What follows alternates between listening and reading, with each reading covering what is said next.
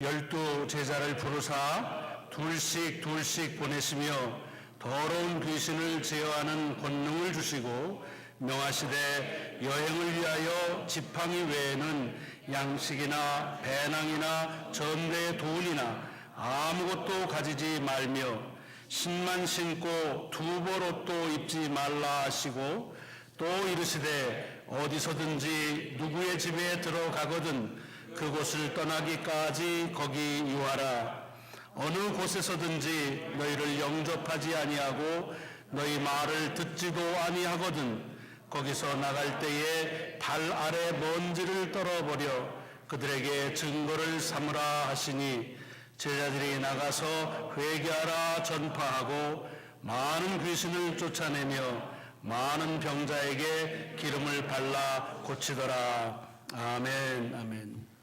오늘 함께 봉독한 하나님의 말씀이 이 예배의 공간으로부터 시작해서 한 주간 여러분의 삶의 구석구석마다 순간순간마다 능력으로 함께 하시기를 주의 이름으로 먼저 축원합니다. 미국에 살면 이제 메모리얼 데이 때부터 해서 본격적인 여행 시즌이 시작이 됩니다. 이렇게 보니까 오늘도 여행을 많이 가셔서 아마 오늘 오후에 이제 뭐 비가 온다는 예보가 있으니까 골프 라운딩 빨리 하자 하고 아마 골프장에 가 계신 분들도 계실 것이고 또 오랜만에 이가 친척을 방문하기도 하고 또 가족들하고 베케이션을 짧지만 가신 분들도 좀 계시리라 생각을 합니다. 오늘 본문이 우리가 순서에 따라서 접했지만 여행에 대한 이야기입니다.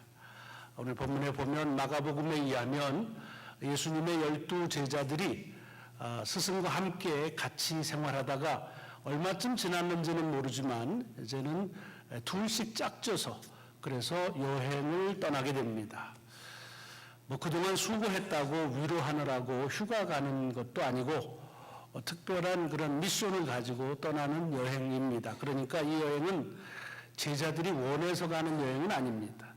오히려 여행을 보내는 주님에 의해서 강권적으로 떠나는 그런 여행이다 이렇게 볼 수가 있습니다. 아마 여러분들이 그 제자 중에 한 분이라고 한다면 이런 여행을 떠날 때에 어떤 마음을 가졌을까 한번 저도 생각해 봤어요.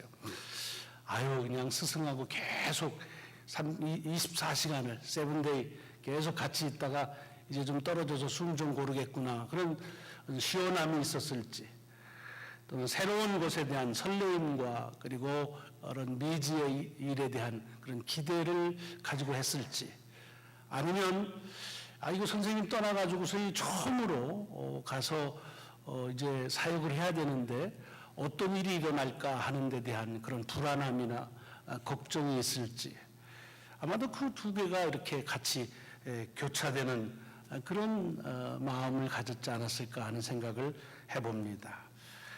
오늘 본문에 보면은 이제 제자들을 여행을 보내면서 주님께서 그들에게 당부하는 말씀입니다. 그러니까 여행을 준비하는 여러 체크리스트를 쭉 이제 말씀하는 겁니다.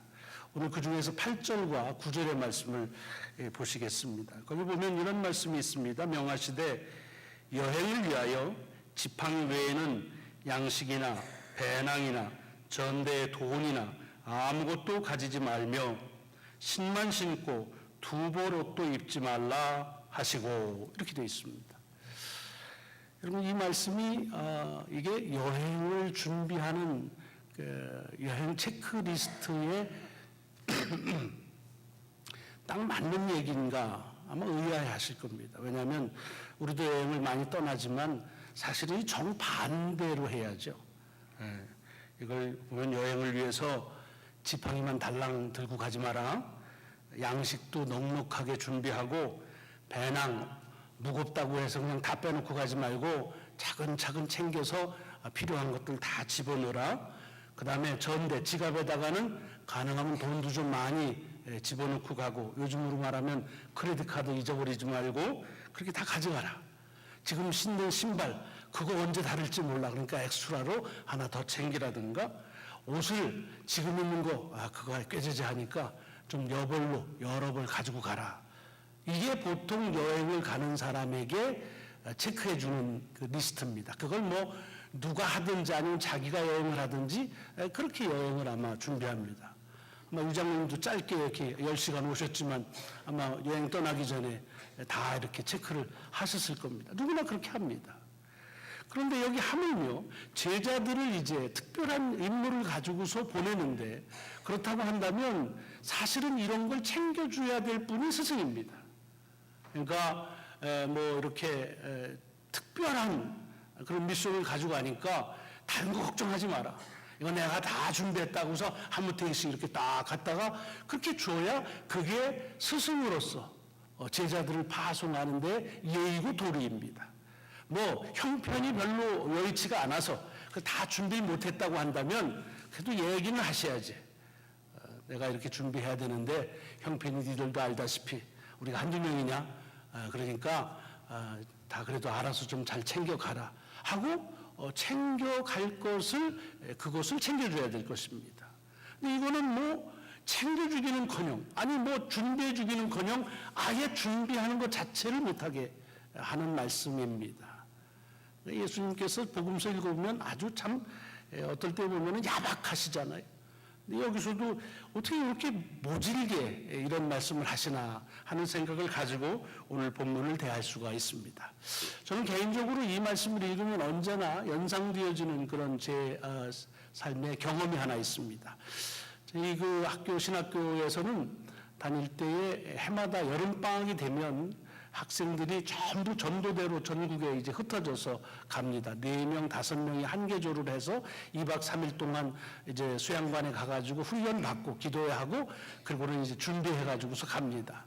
저희 신학교 1학년 때 강원도 한백 탄광으로 이제 지정이 돼서 거길 가게 됐습니다. 거기에 저희 입학하기 전에 졸업하신, 그래가지고 그 한백 탄광에 가서 처음 개척하시던 이병헌 전도사님이라는 분, 올해 은퇴하십니다.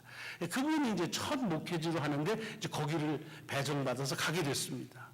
그러니까 이게 개척교회죠, 총각 전도사님이시죠, 또 뭐 사는 뭐 교인은 있지도 않고, 그러니까 우리 이제 4명이서 가는데 다 준비해서 부담 갖게 하지 말자. 그래서 열흘 동안 먹을 거, 뭐 갈아입을 거, 가서 전도할 거, 뭐 바리바리 다 싸가지고 그 무거운 걸 청량리부터 해가지고 이제 뭐 중앙선 타고 가서 하여튼 버스 갈아타고 해가지고 한백에 도착했습니다. 그때 그분이 나오셨어요. 나왔는데 우리를 보자마자 득달같이 화를 내시는 거예요. 니들이 여기 관광으로 왔냐, 무슨 교회 캠프로 왔냐, 뭘 그렇게 많이 싸웠냐 이거예요. 그러면서 이 말씀을 하시는 거예요. 성경도 안 읽었냐 신학생들이. 전도하러 갈 때 뭘 가져가라 그러냐, 아무것도 가져가지 말라고 그랬는데 왜 이렇게 싸웠냐고 막 혼을 냈어요. 그래서 아주 저희는 사실은 칭찬 들을 줄 알았거든요. 이렇게 많이 주면 뭘 그렇게 많이 싸웠어, 이런 얘기를 들으려고 기대했다가 뭐 그냥 청천벽력 같은 소리에서 무안하기도 하고 멋쩍기도 하고 그래서 그냥 아무 소리도 못하고 숙소로 갔습니다. 숙소에 들어가 봤더니 웬걸 거기에 옛날 말로 뭐 난닝구, 반스, 뭐 양말 막 이런 걸 쫙 미리 준비해 놓으신 거예요. 가난한 시골 전도사님이 후배들이 서울에서 전도하러 온다 그러니까 그거 이제 챙겨 입으라고 다 준비해 놓으셨더라고요. 그것도 아주 감동을 먹고 열흘을 지냈습니다. 양말만 준비한 게 아니라 매 끼마다 그렇게 아주 맛있는 것을 준비해서 정성스럽게 저희를 접대해 주셨습니다. 아주 미안할 만큼 잘 받았어요. 목회 초년생 시골 총각 전도사도 후배들을 위해서 전도하러 오면 그렇게 잘 해주시는데 하물며 예수님이 자기하고 동고동락하던 12명을 둘씩 짝져서 파송하면 그 정도는 아니더라도 그래도 뭔가 준비해 줬어야만 하는 것이 상식입니다. 근데 그렇지 않다는 겁니다. 이것이 우리 속에 주어져 있는 이야기입니다. 왜 그랬을까? 그냥 먹고 사는 문제는 초연하신 그런 생활을 한 번도 안 하신 총각이셔라 그래서 그랬을까? 그렇진 않았을 겁니다. 그럼 여행이라고 하는 것은 뭐 꼭 이런 여행이 아니더라도 우리가 가더라도 아까 말씀드린 대로 여행에 필요한 필수 품목들이 있습니다. 돈 넉넉히 가져가는 거 그거 꼭 필요합니다. 이상해요. 돈이 주머니에 많으면요 여행 가서 뭐 안 사 먹어도 배불러요. 근데 이게 간당간당하면은 어떻게 한 끼 얻어먹고도 또 배고프고 그렇습니다. 그러니까 넉넉하게 챙기는 거 좋죠. 그 다음에 저도 늘 그럽니다만은 여벌의 옷을 많이 가져가면 그러면 안 갈아입어도 괜히 냄새도 안 나는 것 같아요. 근데 이게 여벌 없으면은 입고 나자마자부터 냄새 나는 것 같고 그게 신경이 쓰여집니다. 그래서 많이 잘 준비하는 일이 여행을 편안하게 하는 그런 큰 대목 중에 하나입니다. 그러나 오늘 본문 속에서 우리가 봐야 될 것은 주님께서 이런 여행의 필수 품목들을 모르시기 때문에 또는 그것을 그냥 근엄하지 않아서 그 말씀을 하신 것일까? 아마 그건 아니실 겁니다. 여행에는 여행을 얼마나 편안하게 할 수 있느냐를 준비하는 것보다 더 중요한 것이 있습니다. 그것이 뭐냐 하면 여행을 왜 가는지에 대한 여행의 목적입니다. 여행의 목적을 잃어버리면 그러면 여행에 아무리 많은 것을 준비했다 할지라도 그 여행이 결과적으로 좋은 여행이라고 그렇게 평할 수가 없는 경우가 많습니다. 지금은 그래도 많이 여유들을 가지고 사시는데 제가 우리 교회에 부임하고 얼마 안 돼서입니다. 근데 그때는 이 몰에서 비즈니스 하시는 분이 계셨는데 뭘 잘 아시지만 365날 계속 일하죠. 그러니까 한 번도 쉬신 적이 없습니다. 그런데 그분이 한 번은 나야가라 폭포를 갔다 오신다는 거예요. 하루를 어프를 내시고서. 근데 그때가 막 그 참 좋은 차, 멀세디를 사셨습니다. 그래가지고서 그 차를 가지고서 이제 나야가라 폭포를 하루 어프하고 갔다 오신다는 겁니다. 몰이 9시쯤 끝나니까. 그러니까 이제 하루를 냈으니까 10시쯤 다 준비했는데 뭐 새 차에다가 뒤에 엄마 아버지가 이민 와서 처음으로 여행 간다니까 자식들이 막 챙겨줬습니다. 1박 2일 동안 먹고만 갔다 와도 남을 만큼 확 채워줬습니다. 그리고 뭐 노잣돈도 많이 가지고 그리고 출발했습니다. 밤새 갔습니다. 8시간을 가가지고서 이제 나야가라 있는데 도착하니까 해가 이제 이렇게 뜨는 거예요. 그런데 졸려서 잠만 좀 자고서 그러자 하다가 뭐 잠깐 잘 텐데 뭐 호텔은 뭐하러 들어가나 그냥 차에서 자자 그래갖고서 이제 두 내외가 차에서 자고 깜빡했는데 벌써 점심때가 된 거예요. 그래서 가져간 거 이제 해가지고 박에 가서 이제 열심히 잡수시고 그리고 이제 한번 보니까 내려갈 시간이 되신 거예요. 왜냐면 다시 내려오셔야 되니까. 그래서 나야가라 폭포 가면은 그 내려가서 그 배 한 번 타는 거 있지 않습니까? 그 배도 한 번 못 타고 그냥 오셨어요. 그냥 오신 거예요. 안타까운 표정들을 지시는데 참 안타까운 거예요. 그분이 정말 많은 것을 준비하고 그리고 갔지만 여러분 나야가라 폭포는 그 장관, 그 절경 그것에 참 감상하고 그리고서 그것을 통해서 한번 하나님의 어떤 그런 자기를 향한 그런 계시도 한번 받아보고 그게 중요하지요. 그런데 수단은 잘 준비가 됐는데 그만 그 여행의 목적을 그것을 잘 달성하지 못한 그래서 아쉽다 하는 이야기를 하시는 것을 들은 적이 있습니다. 제가 이번에 그 아버님 부음을 듣고서 갑작스럽게 이제 항공권을 구입해서 갔다 왔는데 제가 한국에 이제 가끔씩 집회하러 가면 뭐 2년, 3년 전에 이미 예약 이제 스케줄이 나오니까 미리 항공권을 삽니다. 그래서 뭐 아일이나 이렇게 그런데 미리 좌석을 이제 정하죠. 근데 이번에는 새벽에 전화 받고 바로 사가지고 점심에 떠날래니까 뭐 비행기 값도 비싸기도 하고 좌석이 없어서 그래가지고 오고 갈 때에 가운데 앉아서 갔습니다. 야, 가운데가 그렇게 불편하더라고요. 옆에 또 이런 분들이 앉아 계시니까 이상하죠. 이 가족은 붙어도 이게 별로 그렇게 뜨거운 줄을 모르겠는데 이 모르는 사람이 옆에 있으면 왜 그렇게 뜨거운지 몰라요. 그래가지고 그냥 땀도 나고 제가 이 유나이티드는 아주 춥게 해가지고서 그 담요가 없으면은 여행하기가 어려운데 아주 후끈후끈하게 그렇게 잘 다녀왔습니다.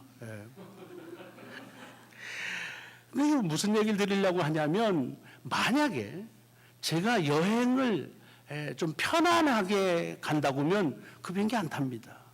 뭐 그 다음 날이나 그 다음 번에 조금 더 아일석이나 편안한 좌석이 있는 걸 택하겠죠. 그러나 목적이 긴급해요. 목적이 분명해요. 그러니까 빨리 가야 돼요. 목적에 앞서니까 불편해도 그것이 큰 상관은 없어요. 뭐 편안하면 더 좋겠죠. 그러나 편안하냐 아니냐 하는 것보다 이 목적에 집중하게 되면 편안함 때문에 하거나 불편하기 때문에 하지 않거나 그러질 않습니다. 지금 이 주님께서 제자들에게 하시는 말씀이 그 말씀입니다. 여러분 생각해 보세요. 지금 이제 여행을 떠난다고 합니다. 그러니까 둘씩 짝이 졌습니다. 누구하고 짝했는지 모르지만 서로 얘기를 할 거 아니에요. 야, 뭔 준비했냐? 야, 뭐 너는 이거 가져와라. 나는 이거 가져올게. 요즘으로 말하면 야, 컵라면은 네가 가져와. 내가 뭐 새우깡 가져올게. 뭐 이렇게 다 했을 거 아닙니까? 그런 얘기를 했겠지요. 근데 주님께서 지금 말씀하시는 거예요. 여행에 대해서 그 필요한 것들을 그것을 잘 준비하는 것도 중요하지만 더 중요한 것은 그 여행의 목적을 잊어버리지 않는 거라는 것을 다시 일러주시는 말씀입니다. 오늘 오후부터 우리 수양회를 갑니다. 수양회 준비팀들이 오랫동안 준비를 많이 하셨습니다. 그래서 올해에도 회비도 없고 또 뭐 음식도 이제 준비 안 하고 오셔도 여러분들이 뭐 했습니다. 뭐 김치찜도 해 오신다고 그러고 뭐요 그 돼지 삶는 게 뭐지? 수육? 뭐 하여튼 뭐 많아요. 메뉴가 뭐 굉장히 많습니다. 예, 그냥 오시면 돼요. 수양에 가면 이제 그런 거 많이 준비하잖아요. 그 다음에 이제 우리 스태프들은 가서 잠자리가 어떻게 쓰는지 좀 편했으면 좋겠다고 하고, 날씨도 좀 좋으면 좋겠다. 소파 좋아요. 그런데 여러분 제가 이 우리 수양회를 그 노동절 레이버데이 때 하다가 이 메모리얼 데이로 바꾼 게 한 7, 8년 전 됩니다. 그런데 엊그제 알았어요.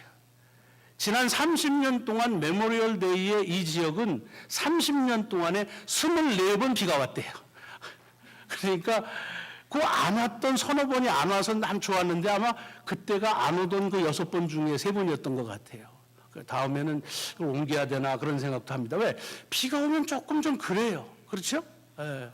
그래서 맑은 날씨, 좋은 경관, 그리고 아주 다양한 프로그램들, 이런 것들을 준비하느라고 애를 쓰십니다. 준비가 잘 됐어요.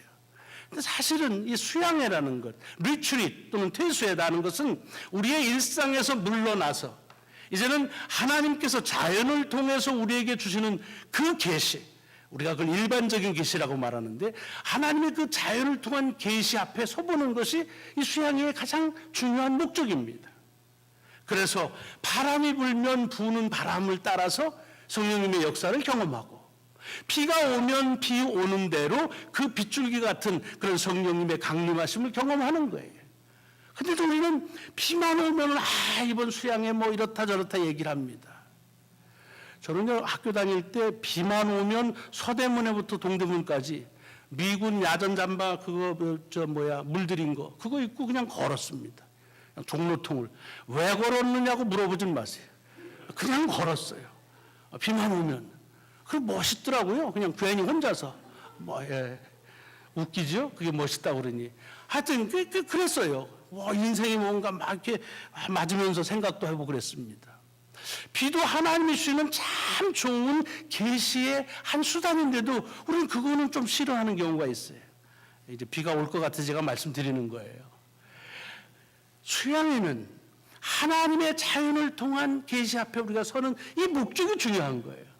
근데 그것보다는 수단이 어떻게, 그리고 그 방법들이 어떠냐 하는 것 가지고서 우리가 수양회 평가할 때가 참 많이 있는 것을 봅니다. 여러분, 이게 왜 여행만 그렇게 했느냐는 거예요. 우리의 삶도 마찬가지입니다. 삶을 여행에 비유하는 경우가 참 많지요. 근데 여행자로서 우리가 볼 때는 저 정도 스펙이고 저 정도의 재산이고 저 정도의 지위고 저 정도의 인물이고 그런 배경이라고 한다면 정말 인생의 여행 멋지게 잘하는 사람이다 라고 하는 사람들 중에 삶의 여행을 마치는 때쯤에서 후회하고 아쉬워하는 분들이 참 많습니다. 정말 많습니다. 놀라운 것은 제가 돌아가시는 분들을 많이 이렇게 임종을 하는데 그 돌아가는 순간에 이 삶에 아쉬워하고 그 다음에 후회스럽다고 말하는 분들의 대부분은 스펙 때문이 아닙니다. 내가 서울대에 가야 되는데 연대를 나왔어요. 그것 때문에 한이 돼서 일찍 그러는 사람 없습니다. 돈을 뭐 밀리언 해야 되는데 해프 밀리언밖에 못 벌었습니다. 그래서 억울한 그런 사람은 없습니다. 대개 뭐냐면 인생의 목적대로 못 살았다는 거예요. 아니 목적인 줄 알았는데 그게 목적이 아니었다 하는 것 가지고서 후회하고 아쉬워하는 분들이 참 많습니다. 그것이 무엇이에요? 사랑하는 거예요. 용서하는 거예요. 이런 것들을 잘 못했다는 것에 대한 그런 아쉬움 때문에 삶을 마치는 경우가 참 많이 있습니다. 여러분, 오늘 본문 속에서 주님께서 이 제자들에게 하면서 이 여행을 편리할 수 있는 편리한 여행을 제공하진 않으십니다. 그런데 그들이 여행을 왜 해야 되는지 그 여행의 목적에 집중하게 하는데, 그래서 그 여행에 필요한 절대적인 것들을 그에게 주십니다. 그게 뭐였습니까? 돈은 없고 식량이나 신발이나 옷은 주지 못한다 안 줬다 할지라도 주신 것이 있는데, 그것이 뭐냐면 귀신을 제어하는 능력을 주셨다는 것입니다. 여러분, 이게 중요한 거예요. 귀신의 능력. 여러분, 몇 주 전에 우리에게 귀신의 능력이 어떤 것인지를 잘 우리가 함께 나눴습니다. 귀신이 어떤 일을 합니까? 사람과 사람 사이를 분리시킵니다. 사람과 하나님의 사이를 분리시킵니다. 그것을 우리는 죄라고 말합니다.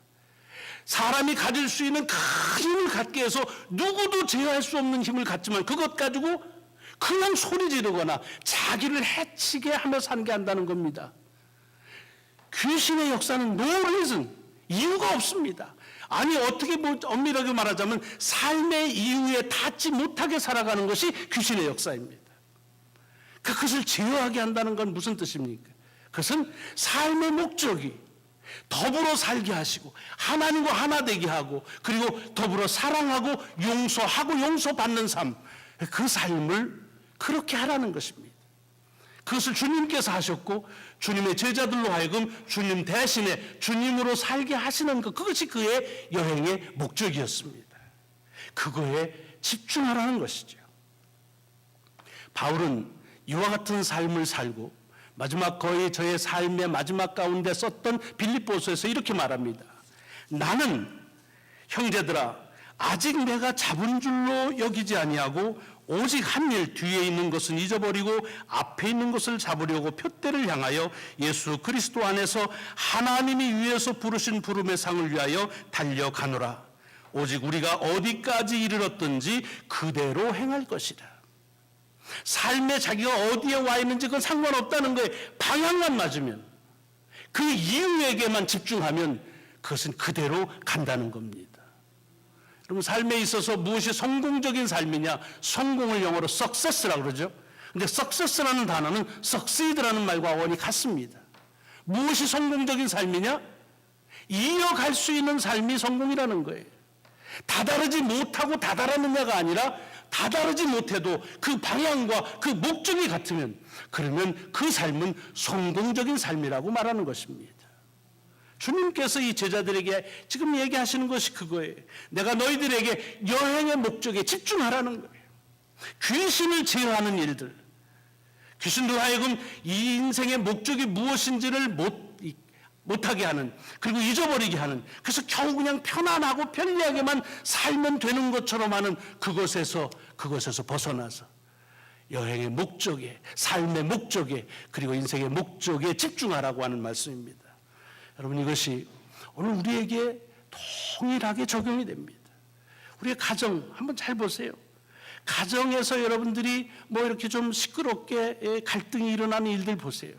그것이 가정을 이룬 목적 때문인가? 아니면 그 가정을 이루고 있는 환경이나 수단이나 방법 때문인가? 제 경우도 보면 거의 대부분은 수단과 방법 때문입니다.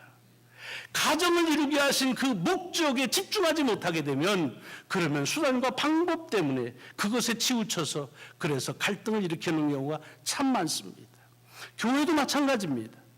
교회가 예수를 그리스도로 구원을 받은 자들이 함께 모여 그리스도를 만나는 곳으로 하나님의 우리를 통한 역사하심을 경험하는 곳인데, 그 목적인데 대개의 경우 교회의 갈등은 거기에 있지 않습니다. 하나님의 역사가 있다 없다 가지고 갈등하는 교회는 없습니다. 그래서 교회에 필요한 수단과 방법들이 뭔지를 가지고 우리로 하여금 no reason으로 그래서 싸움하고 갈등을 일으키는 경우가 참 많이 있습니다.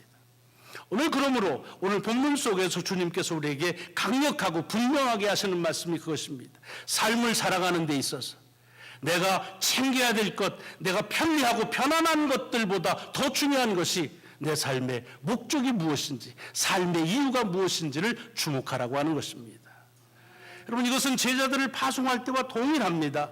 귀신을 제어하는 능력을 가지고서 가서 행하라는 말은 주님처럼 살라는 말인데, 그냥 주님이 행한 것처럼 살면 좋겠다가 아니라 살 수 있게 하시고 살아갈 수 있는 능력을 그들에게 주셨다는 것입니다. 우리에게도 동일하게 주셨습니다. 이 세상에서는 계속적으로 누구나 다 힘을 가지고 살려고 합니다. 그러나 그 힘 때문에 아무 이유도 없이 소리 지르고 자기를 해치는 결과를 얼마나 많이 나옵니까? 그러니까 사랑하며 살도록, 그래서 하나님의 용서함을 받고 용서하며 살아가는 그런 삶을 살게 하시는 것, 그것은 제자들을 파송할 때나 지금 오늘 우리들에게 주는 말씀이나 마찬가지라고 생각합니다. 그래서 베드로전서를 보면 3장에 베드로가 이런 말을 합니다. 너희 마음에 그리스도를 주로 삼아 거룩하게 하고 너희 속에 있는 소망에 관한 이유를 묻는 자들에게 대답할 것을 준비하라. 여러분, 우리의 삶의 이유가 무엇인지를 알고 살라는 것입니다. 이제 오늘부터 새로운 한 주간의 삶의 여정이 또 시작이 됩니다. 편리하고 편안한 것들이 있으면 좋지요. 넉넉한 재물이 있는 것, 그리고 편안한 숙소가 있고, 그리고 안락한 그런 여러 부대시를 가지고 있는 것은 우리의 삶을 윤택하게 해주는 것이면 틀림이 없습니다. 하지만 그것보다 더 중요한 것은 우리로 하여금 무엇을 위해서 사는지, 삶의 이유가 어디에 있는지를 아는 일은 매우 중요하고, 그것은 바로 우리에게 이 귀신으로 인해서 찢어진 미워하는 마음을 서로 다시 사랑하며 살도록, 사람과 사람 사이에 분리된 것이 다시 하나가 되게 하고, 특별히 하나님과 분리되어져 있는 우리의 삶을 다시 하나님과 하나 되는 구원의 삶, 복음의 삶을 살라고 하시는 그 말씀이 오늘 이 아침 우리에게 주는 말씀으로 받습니다. 한 주간의 삶이 이 구원의 삶, 이 복음의 삶을 저와 여러분이 함께 살 수 있기를 주의 이름으로 축원합니다. 기도하시겠습니다.